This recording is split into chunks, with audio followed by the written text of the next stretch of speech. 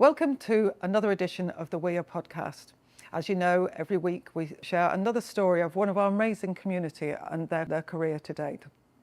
Of course, none of this would be possible without our partners at Digital Sparks. And if you haven't heard of them, do check out their website and their content and the amazing job they're doing for some of their clients. So let's get into it.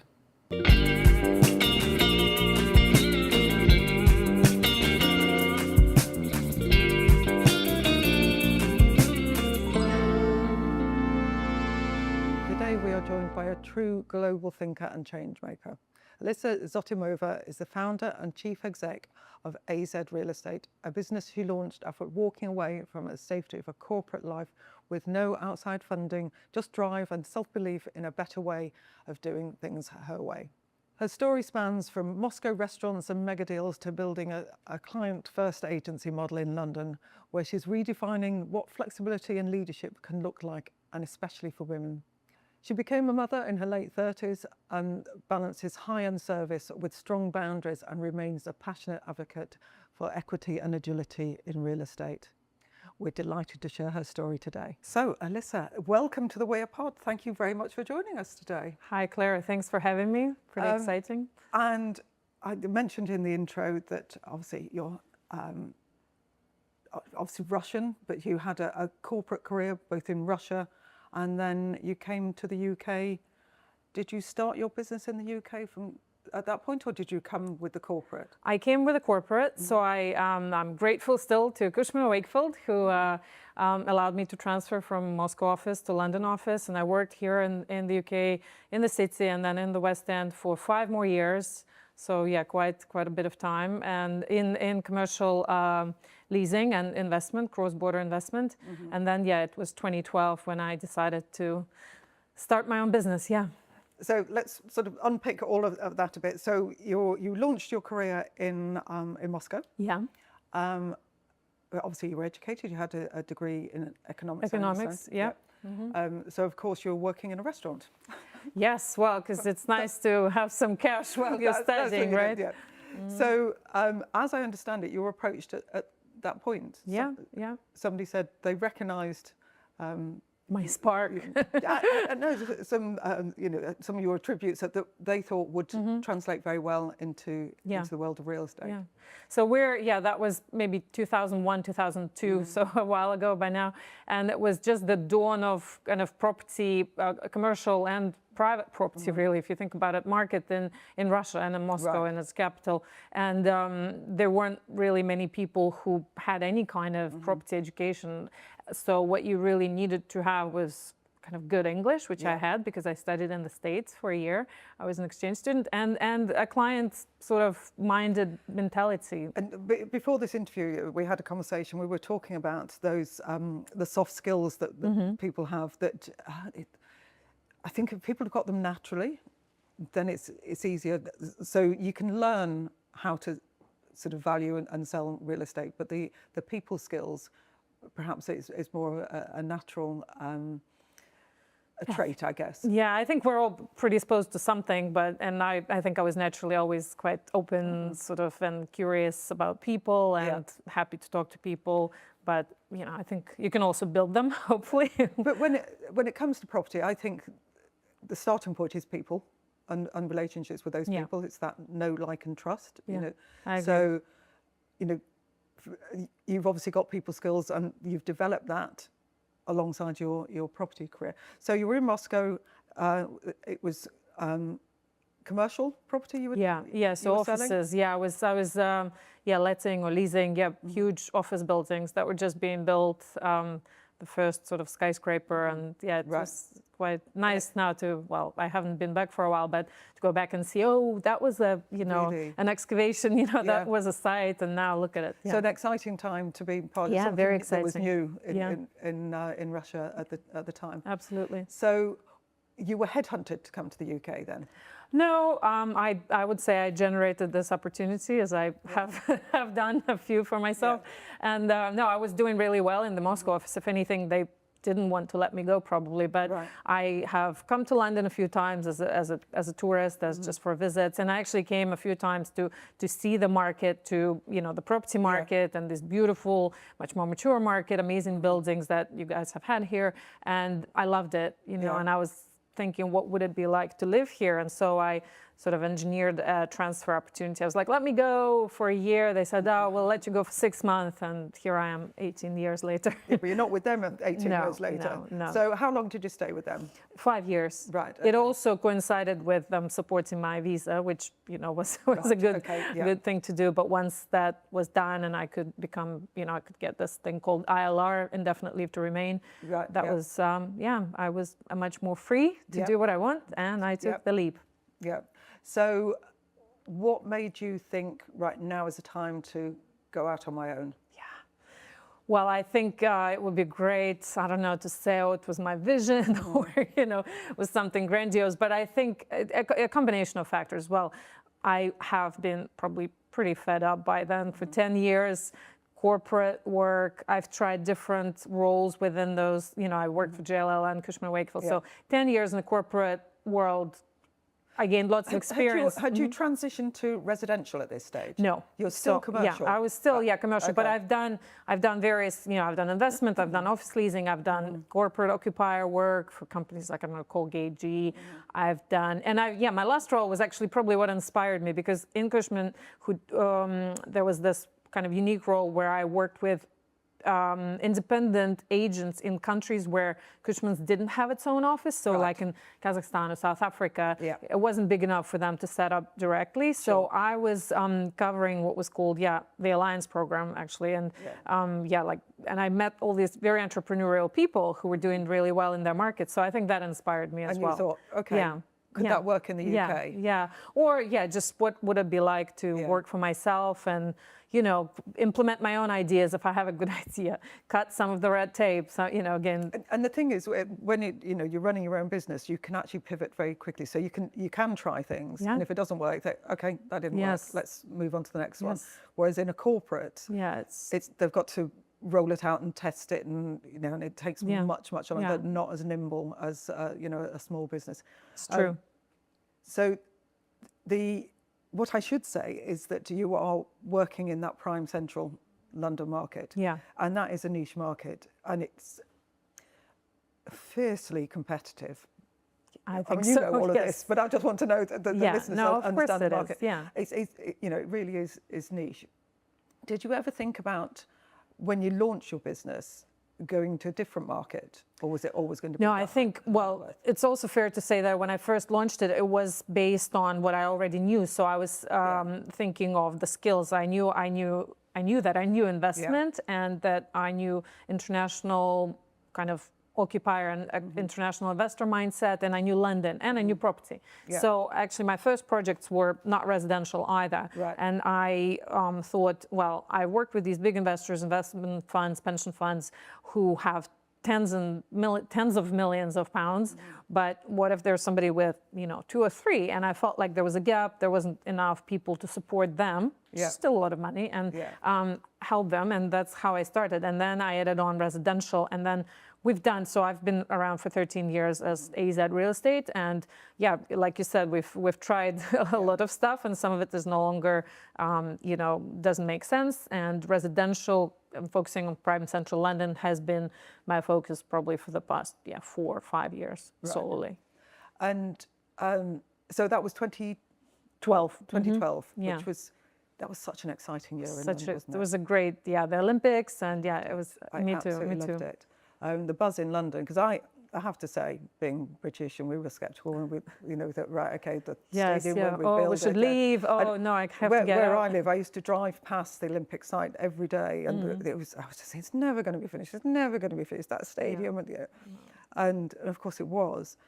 But the atmosphere in London was just so exciting, and so I can imagine, to launch a business amidst all of that. Yeah, it was. I didn't time it that way on purpose, but no, I think it was. It was just a great year all around. And it felt. I can leave my security, sort of salary, private medical insurance. I could. what's the worst thing that can happen, which is what I think people should just tell themselves to calm themselves down. Absolutely. The worst that can happen, it doesn't work, Yeah, and you go back. I'll find, I'm employable, I have great skills, track record. So again, if anyone out there is thinking it, I always say, just do it. Your skill set hasn't changed. Well, it might have improved because Yes. if you learn from I definitely know more now. Yeah. So if it doesn't work, then you can go back into an employed role, and I'm sure there would be many people sort of knock on your door. Yeah, so. I mean, 13 years later, probably. You're not going back. No, I'm not suggesting that. Well, and I wonder how employable I am right now. Yes. No, don't put yourself down. But making that step into business ownership, essentially, I think it's easier now for people to do. Yeah. I know that some of the work that you're doing is definitely sort of helping others do the same. What are your biggest challenges in business at the moment? Because obviously I know that Prime Central is probably one of the toughest markets anytime, but I think specifically now it's really quite hard. Yeah, I think actually the market position doesn't sort of frighten or challenge me too much. I think because it's cyclical. I mean, it feels like we've now weathered so many storms already. It was, when has there been an easy year, since I've launched my business? It was, Brexit referendum, waiting for Brexit, COVID, then, the war with Ukraine. I mean, and now globally, there's just something happening all the time. So, but I'm grateful. London's here. We love it. It's thankfully a beautiful place with great education, rule of law, and all these reasons why people love London and the UK, the wider UK.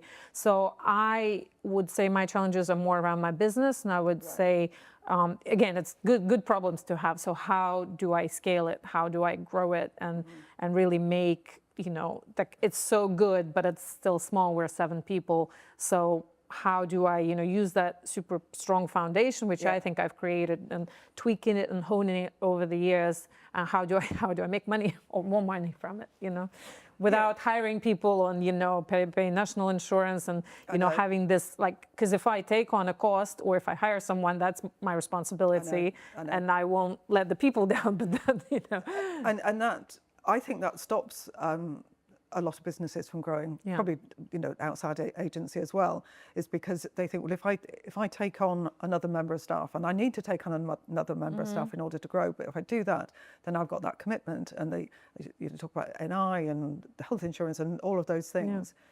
And what if they don't perform the way that I want them to perform or need them to perform?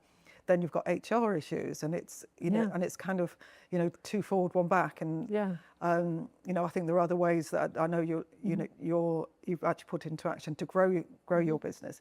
Will it always be that Prime Central market that your business will look at, or would you look at other markets as well? Well, I think I think it shouldn't be restricted to just Central London. If anything, over the years I've raised equity for developers in Cambridge. Right. We bought a student block for a client in Birmingham. So I think there are great markets out there. One needs to be realistic as to how you're going to service it all. You can't know everything equally well. There's no point of pretending to. No. But I think my idea is kind of UK wide. But we're based in Marylebone, and for my core team, what we do is we look at being able to get to our instruction within kind of 40 minutes, by public transport. So it's not. We're actually, I think how I've been a bit of a challenger is not being attached to this little patch of streets and just this the streets kind of high street estate agent. So we sell things. We've taken on instruction in Windsor, Right. And okay, why not? Yeah, exactly, because it's a great little very unique thing, and it's been on with the local agent and the owner. I know that you're very keen to support other agents who are wanting to sort of build a reputation and a business. But you became a mum for the first time quite late in life. Yes. Age, are you good? Do you want to share it? Oh, I don't mind. So I just got in 39 and a half, so just under 40. And so you scraped in there. Yes. I mean, not that, because I'd be happy whenever if it happened. And did you find, once you became a mum and you were, obviously you were working, you've got your own business to run, did you find that it was more difficult? People treated you differently, I guess? I think, yeah, good question. I think I was so established or well established by then as a professional, as a business owner. Yeah, I didn't really find any kind of resistance. I do remember not, sort of spreading the news to my clients too much back then, just not to give them, again, it would be completely unbased, but I knew that there could be, well, she went to get pregnant, that's it, let's put our business somewhere else. She's just going to have babies and play with them, and that's it. But that is not a challenge a man would have. No, I guess. I mean, no. I know, Oh, yes, no, let's not give John any work because he's going to be like up all night and babysitting and leaving early now. So it would just never happen, would it? No, So no. It's interesting. But thankfully, it didn't happen again in my case, and I had a team and there was continuity, and hey, I was happy to be back before too long. I mean, as I had the flexibility of dipping in and out, so that's the plus side. I've seen women in self-employed roles doing just that, and even taking the baby on viewings. I'm not suggesting that your clientele perhaps well, but I think we can make it work now, and I know you're very keen to encourage women into that kind of setup so they can have that flexibility. I think I am. It's for both kind of sales negotiator roles, but also for kind of, well, I don't want to say back office, but for operational roles. And I think it's a two-way street, and women out there should be open and thinking and really taking steps to go back to work. Well, sometimes you really need to, but again, and as business owners or larger businesses should be offering these opportunities. I like to say I practice what I preach. So in our team, I mean, I have 3 people working remotely, all women. I mean, we have one man for all of us now, but we counted, we have like 13 children between all of us or something. But 3 women work remotely. One actually doesn't have children, she just works remotely. But my operations head, she works 5 days a week, comes in 1 day and works until 2:30, I think. So again, she can then go, and I've offered that flexibility, and we have our AML kind of admin manager, Mariana, comes in once a month maybe, and she works also like 2-3 days. So I've offered flexibility, and through that I got great people with commitment. So if businesses can do that, I encourage everyone to do that. The loyalty, doing that, the loyalty you will establish with employees, and I don't really understand why employers don't see this, that they're not going to go anywhere, because they get looked after very well. It works around their family, and it's got to be something that's pretty major for them to make a move. So, and I know that there are, obviously during COVID, everybody was working from home. And I have spoken to employers where they say, no, we need everybody back in the office because people, they're abusing the system. If they're getting the job done, does it matter that they've not put 8 hours work in? If the job is being done. I think there's ways to kind of set targets, meet targets. And I think what's not quite possible is having a kind of a sales negotiator work from home more than maybe 1 day a week. And I think, and again, I'm open about the challenges I've had with that. So as spillover from kind of COVID times, we've had 2 optional work from home days, and then that just became, that was getting a bit kind of abused, not abused, but even if people are going into the office, having some level of flexibility. So, I don't know, start later. We start at 9:30. Well, come work for me. So, and how do you manage it? In your family with childcare. No, I have a pretty happy setup. I don't want to irritate people with it, but it's we get up in the morning. Alternate drop-offs, school is nearby, my husband's very involved, and then I do start checking in earlier, but then I then kind of go to the office a bit later. I just think that's such a common thing. We get up in the morning, we look at our phone, we check our emails, don't we? So you've actually started work. So but I think technology, again, we touched upon it a little bit. Technology for me is a big helper. I think humans should have willpower to control it, and tips and tricks around there, tell you how to do it. I like to think it helps me rather than it controls me, and but of course it slips sometimes, as we all know. So we'll come back to technology. So you've got a 6-year-old? Yeah, a 6-year-old. What do you think their life is going to look like, their working life is going to look like compared to yours? Yeah, well, it's a mystery. Crystal Of ball course, he's time. going to inherit my business and make it amazing. And, you know, AZ Real Estate are my initials as well as A to Z. And, you know, when I was thinking about the name, my son's called Leo, but I was like, should I call him with an A initial so he could easily inherit it?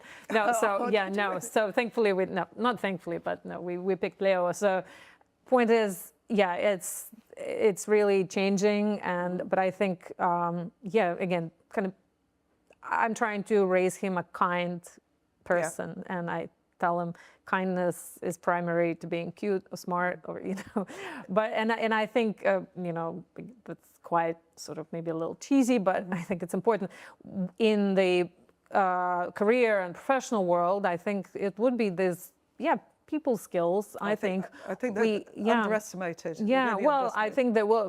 Maybe some people do, maybe some people don't, but they would come to the the forefront more and more, and really, being able to, you know, work with people and understand humanity, and because we will probably outsource a lot of stuff. You used the word that I have always thought for my children, being kind. I think, you know, just being a decent human being counts for an awful lot. Yeah. Going off topic somewhat again, but do you fear for him because of social media and what he's going to be exposed to? Well, yes, of course, kind of. Yeah, I mean, it's a only one way answer, but I also feel like we're doing a lot, like, you know, thankfully in our school, in the community. I think it's the generation, so yeah, the people right before him, I think the kids have fallen in more. I think now as parents and as, you know, I don't know, even countries, I think we're going to do better for kind of his age. So yeah, as far as we plan, he's not going to get a smartphone until, I don't know, 16 or 18.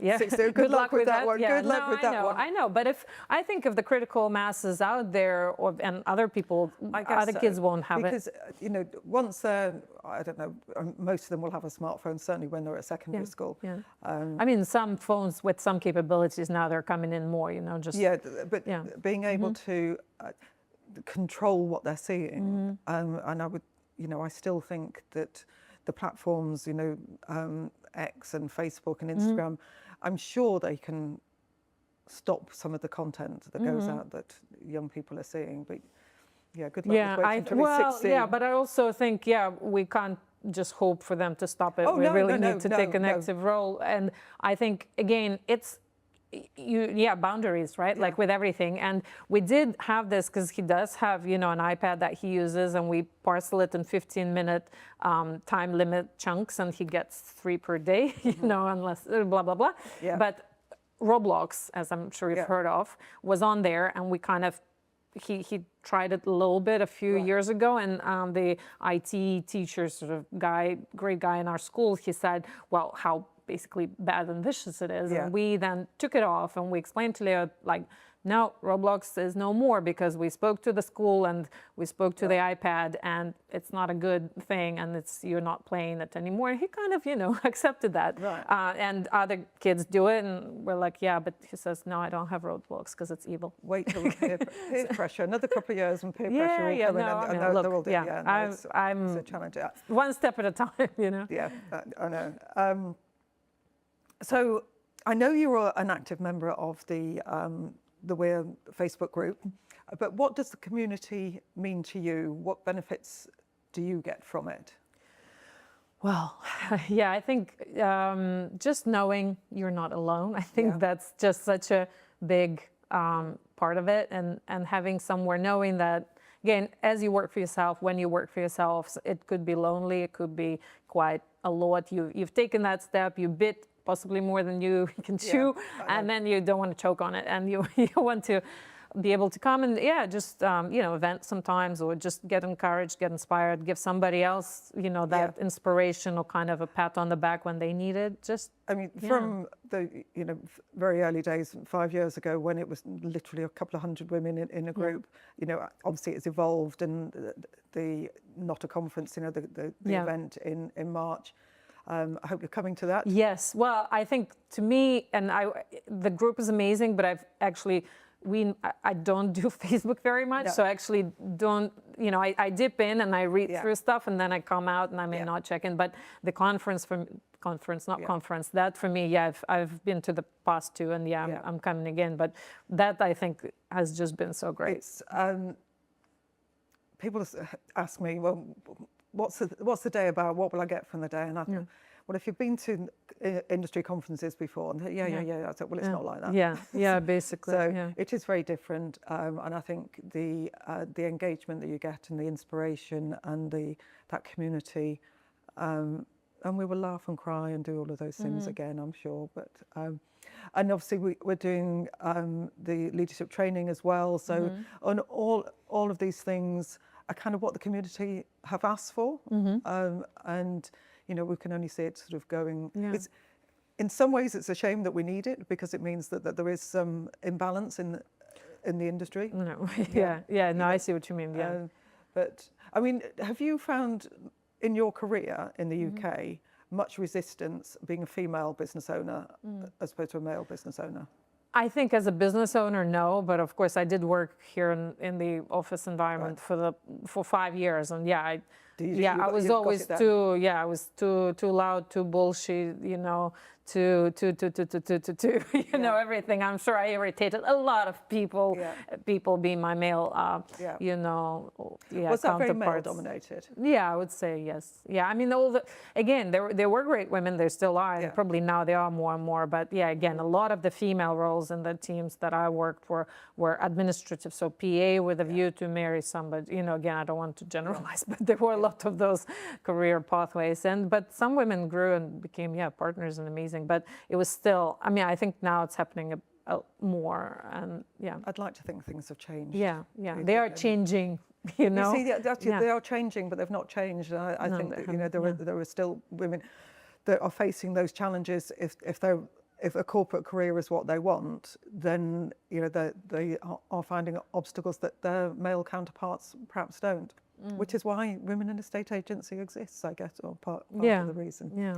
Well, it's been lovely chatting with you today, but there's one last question. We always ask every guest who they'd like to see in the hot seat. Who would you like to see interviewed on the pod? Well, I thought about it, and I don't know if you know a guy called Simon Gates. I do know Simon, yes. He hasn't been here yet, no? No. So I would say, because I was also invited kindly to his podcast, and I think he's just such a bright, sort of switched on individual. He's great. And when it comes to social media and AI, he's obviously and also I think he's he was an agent, and we found some books we both like. So maybe. Oh no, he's great. He's really switched on, really engaging, and I'm sure he'd be a great guest. So we'll get him invited. Yeah, get him over. Thank you very much for joining us today. Thank you, Claire. Thanks. Thank you.